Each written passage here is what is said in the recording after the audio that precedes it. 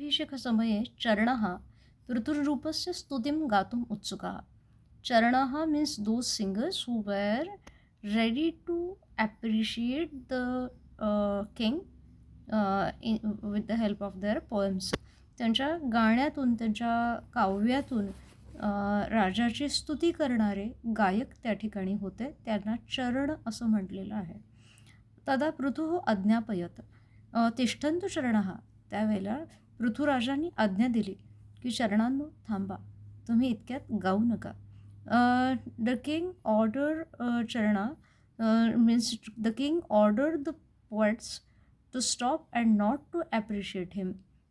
यावत् मम सद्गुणः न प्रकटीभवन्ति तावत् न स्तोतव्यम. Means he is saying that as long as you will not see my qualities, don't appreciate me. पृथुराजा हा निस्पृह होता आणि त्यामुळे तो त्या चरणांना म्हणाला की थांबा, तुम्ही इतक्यात माझी स्तुती करू नका.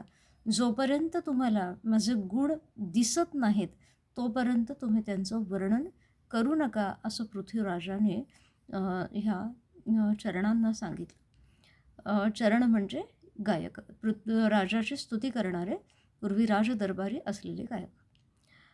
स्तवनं तू ईश्वरस्य एव भवेत. ईश्वरस्यैव अशी संधी झालेली आहे. तर स्तवन कुणाचं करायचं, तर ते ईश्वराचं करायचं. We should appreciate only God और we should praise only God. It is said by king Prithuvainya. आता स्तुतिगायकः पृथु नृपस्य एतादृशीं निस्पृतां ज्ञात्वा प्रसन्नाः अभवत्. In this way, the king informed this Charanaha not to sing as long as they are not able to see his qualities.